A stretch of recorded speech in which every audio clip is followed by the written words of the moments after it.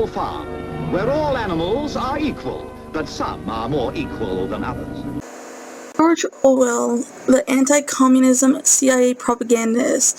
He is an anti-communist traitor.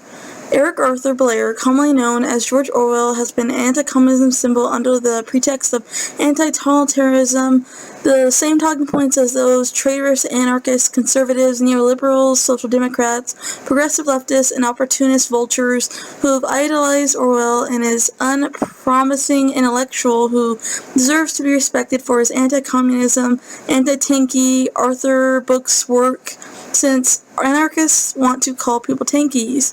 He's known for his anti-communism novel book, The Animal Farm, and is considered widely as a masterpiece of literature against Stalin's totalitarianism socialism regime in the Soviet Union.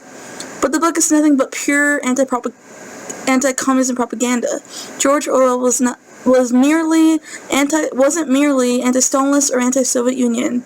He was overall just a pure anti-communist who became an informer on the behalf of the British intelligence agencies, aka the British CIA, which makes him a traitor, not different than those anarchists who snitch on people as well that I made a YouTube video talking about. All working class traitors working for imperialist nations and CIAs in those countries.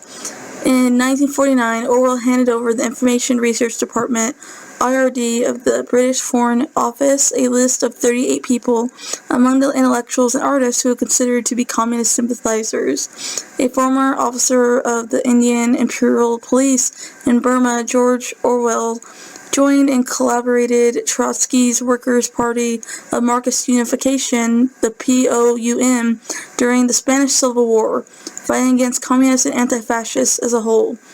Orwell's participation in POUM shaped his fiercely anti-communism views, covered under the burden of anti-Stalinism.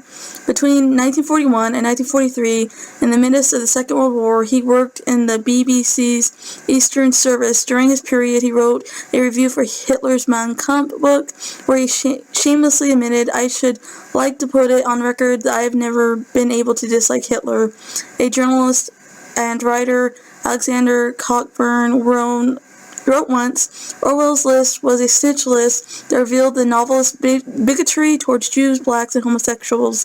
Although the bourgeoisie propaganda paints him out to be anti-fascist, he's on the side of imperialists as a whole." His book, Arthur works, like the book he wrote, Animal Farm, in 1984, are deeply anti-communism propaganda novels, aiming to slander the construction of socialism as a whole and the Soviet Union, and other socialist states as a whole.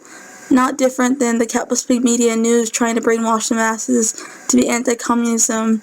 That's the rich's biggest fear, is the sheeple waking up. For this very reason, his works were pushed heavily and promoted heavily by the bourgeoisie on the large imperialist countries such as the United States, Britain, Western Europe, etc.